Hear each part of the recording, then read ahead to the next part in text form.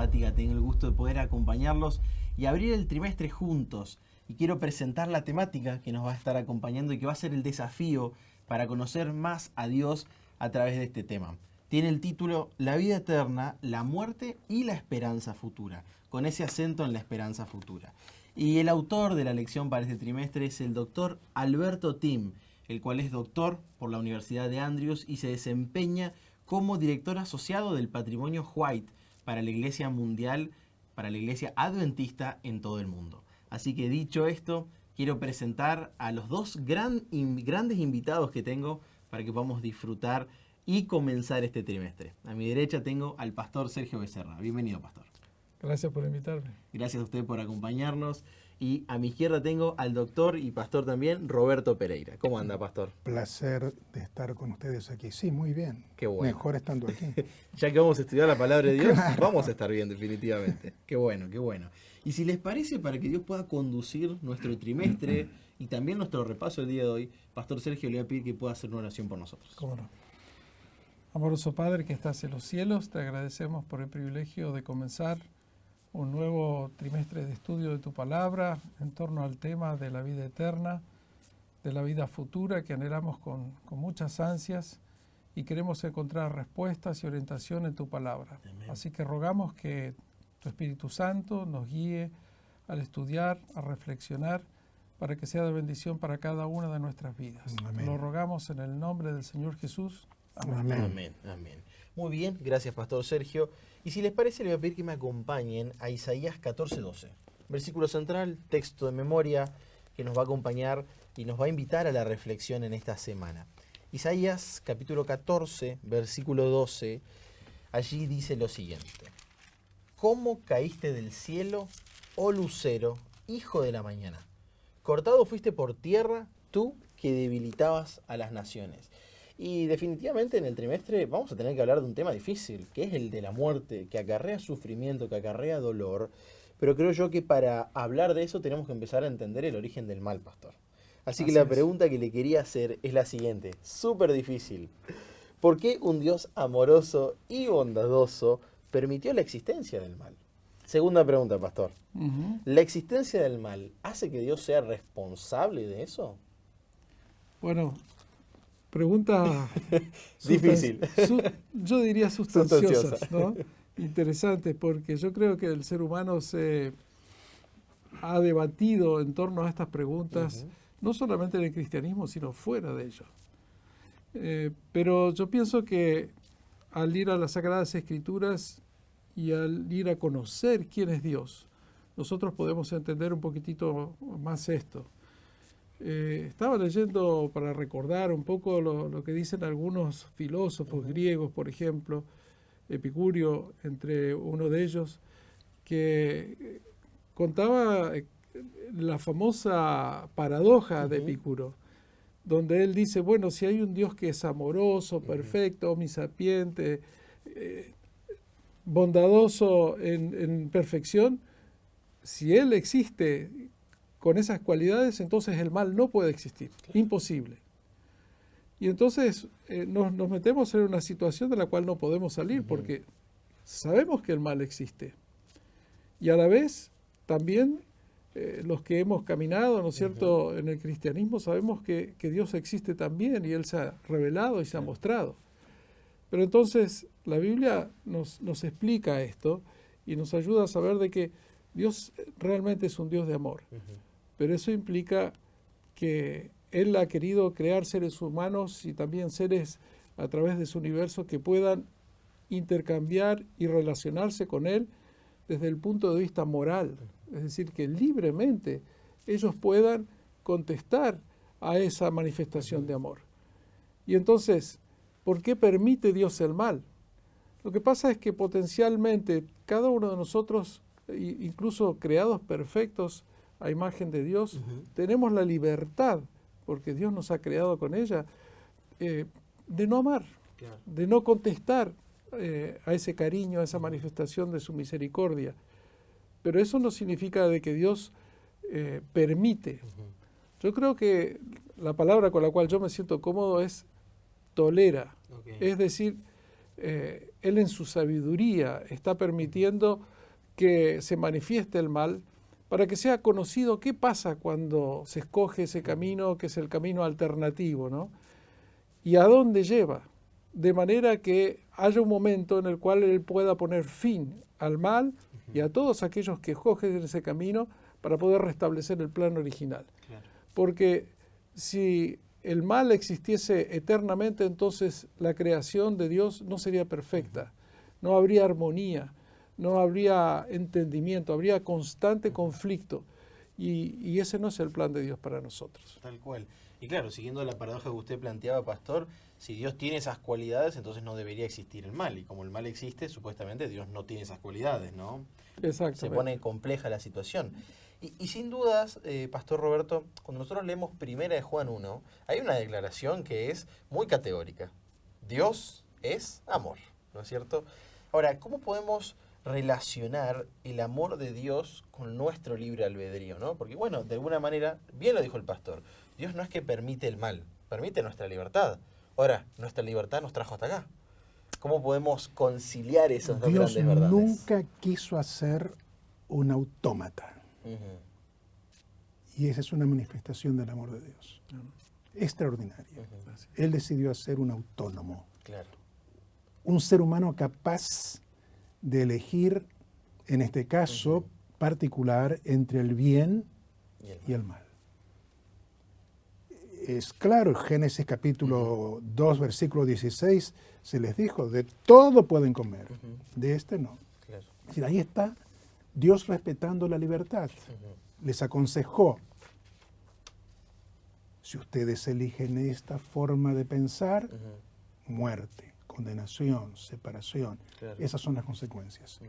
Ahora, si quieren ser autónomos y decidir por el Dios que los ama, el que hace, los creó, manifestó su amor en este hecho extraordinario que ustedes no intervinieron, simplemente Dios trabajó con sus manos y trabajó con su voz, creando, con su capacidad creativa y sustentadora. Adán y Eva fueron ingratos en su libre albedrío. Desconocieron al Creador, escucharon otra voz. Ese Dios sigue sustentando a un ser humano en su autonomía. A pesar de la caída, a pesar del pecado, Él sigue respetando ese talento, ese don, esa capacidad de ser libres. Él quiere que el creyente conozca la Escritura, su carta, su palabra, la que Eva ignoró, y lo conozca y decida. Claro. Libre. No un ser autómata. El autómata está programado internamente. Ustedes tienen una computadora o un celular que está programado y actúa y responde de acuerdo a su programación. Dios quiere un ser libre. Nosotros estamos trabajados por el mal y somos autómatas naturalmente. Nuestro ego es el que gobierna. Pero el Señor sabe cómo transformar ese autómata en autónomo. Wow. Dios quiere relacionarse con personas autónomas. Exactamente. No automáticas. Exactamente. Gran diferencia. Gran demostración de amor, ¿no?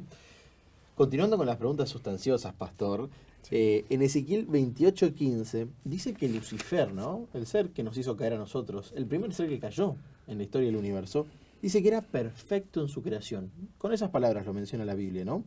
¿Cómo podemos armonizar la idea de perfección con la posibilidad de equivocarnos? Porque quizás en el común, en las ideas acerca de la perfección, no hay lugar para el error, ¿no? Ahora acá dice que un ser que fue hecho perfecto fue el primero en equivocarse. Claro.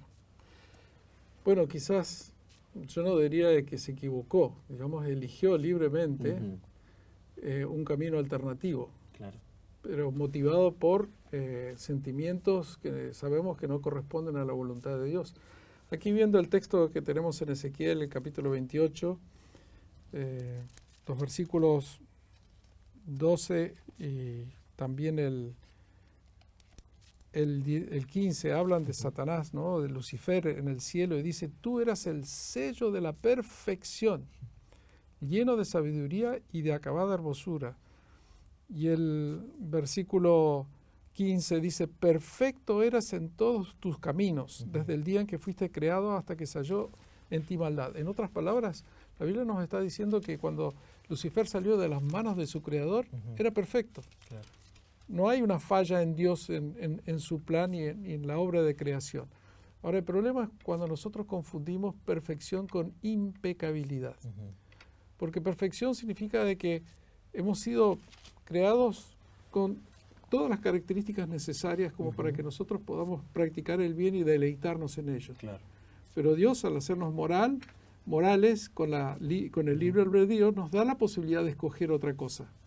Es decir, ser impecables, que no podamos pecar, sería hacernos autómatas, como estaba explicando el pastor Pereira. Claro. Entonces,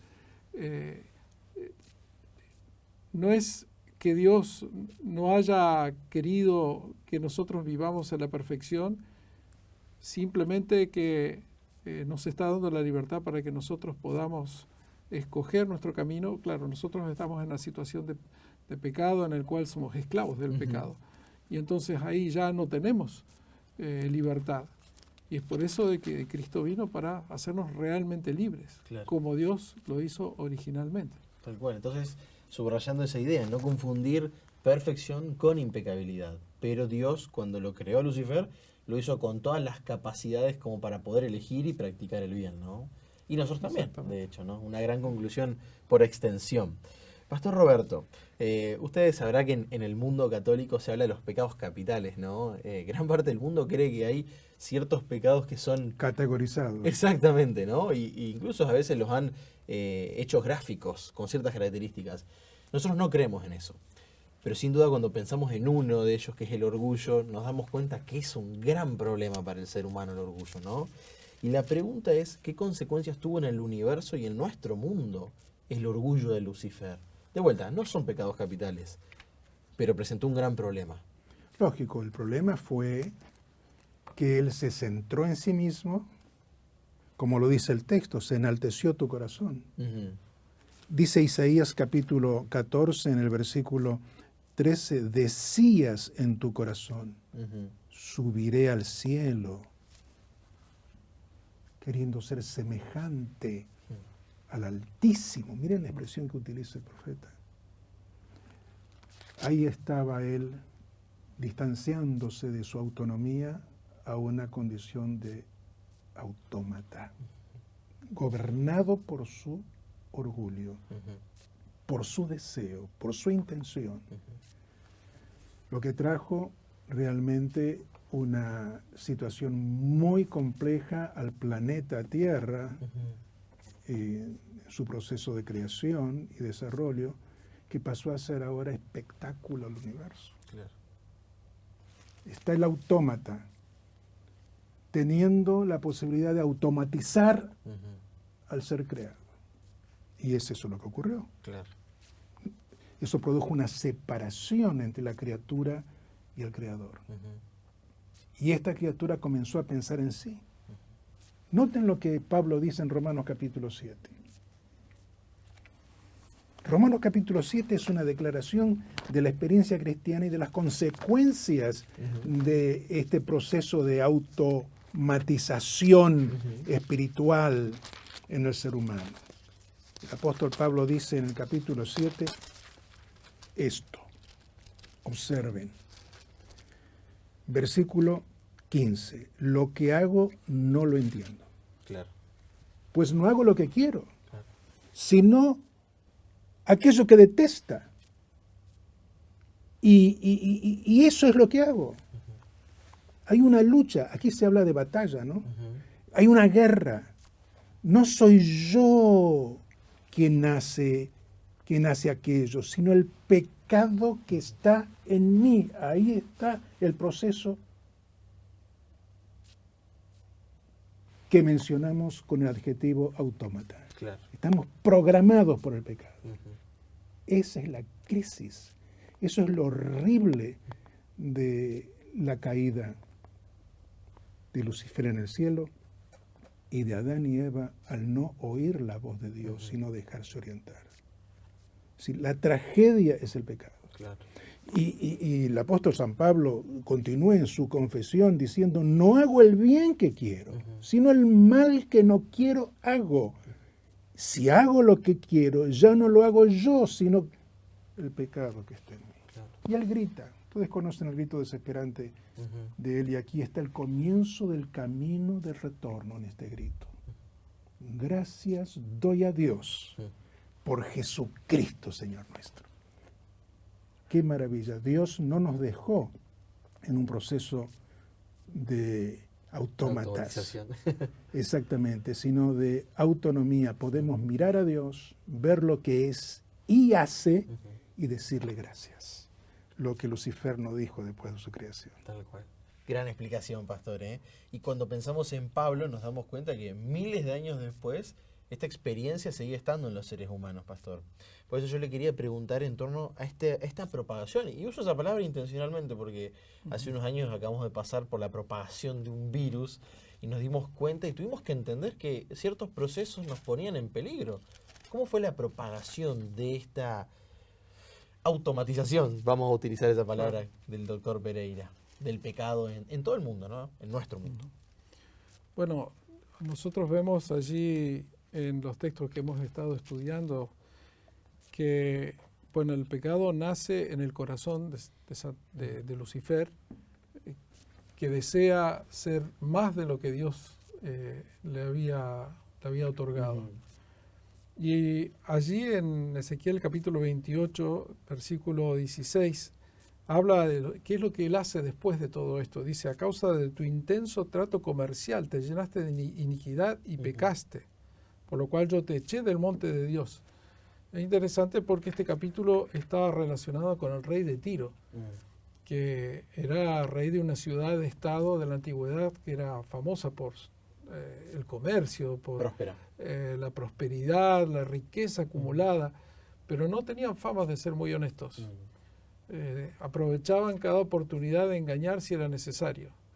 Y nosotros vemos que aquí, al relacionar a Lucifer con el rey de Tiro, está mostrando esas cualidades. Incluso los términos en el idioma original tienen que ver con hacer un trabajo solapado por detrás, de engaño, de mentira. Y es así como él fue engañando a los ángeles. Y bueno, Apocalipsis 12 después nos dice que esto llega a un punto tal que se declara una guerra en el cielo y entonces él es expulsado del cielo junto con los ángeles y lamentablemente vino a la tierra. Claro. Y aquí es donde nuestros primeros padres fueron puestos a prueba. Ellos cayeron en este engaño, pero Dios en su misericordia quiso dar una oportunidad a la humanidad de poder volver a Él, porque ellos no habían conocido toda la verdad de lo que Dios es, sino que fueron engañados. Claro. Y entonces nosotros vemos que el mal se propaga aquí en la tierra y toda la humanidad ha sido contaminada y no tiene manera de salir de esta esclavitud, salvo que Dios tome la iniciativa para salvarnos. Y hemos hablado de ello, de lo que el sacrificio de Cristo es el que realmente nos libera. Dice, ahora ha venido la salvación y el poder y el reino de nuestro Dios y la autoridad de su Cristo, porque ha sido expulsado el acusador de nuestros hermanos, el que los acusaba delante de nuestro Dios. Gracias a Cristo nosotros podemos salir de esta espiral sin salida, ¿no es cierto?, de esta situación que provoca el pecado. Tal cual.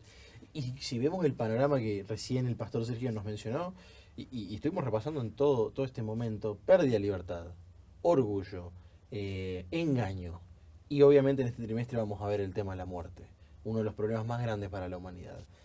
Pastor, le dejo el último minuto para poder reflexionar. ¿Cómo podemos hacer para tener esperanza? Aquellos que nos estamos enfrentando a estas realidades, o en nuestros contextos enfrentamos este tipo de situaciones, ¿cómo tener esperanza? Está claro en las Escrituras, es mirar quién es Dios y qué es lo que Él hace con nosotros.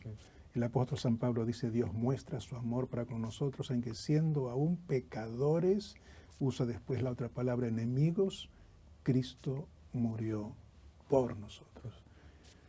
Qué maravilloso mensaje. Juan lo entendía. De tal manera amó Dios que dio, A su Hijo. para que todo aquel que en él cree no se pierda, mas tenga vida eterna. Amén. Genera esto esperanza. Qué lindo. Somos libres, Somos libres. autónomos. No automáticos. Qué gran reflexión. Pastor Sergio, muchísimas gracias por Por favor. acompañarnos. Gracias, Pastor Roberto, también. Hemos tenido el desafío de abrir este trimestre, pero sin dudas queremos invitar a nuestros amigos a que se puedan sumar y estudiar su palabra, estudiar la Biblia, estudiar sus lecciones, y que semana a semana nos encontremos en este espacio de reflexión juntos para poder conocer un poquito más a Dios y sobre todo para tener victoria juntos. Que Dios los bendiga y nos encontramos la próxima semana.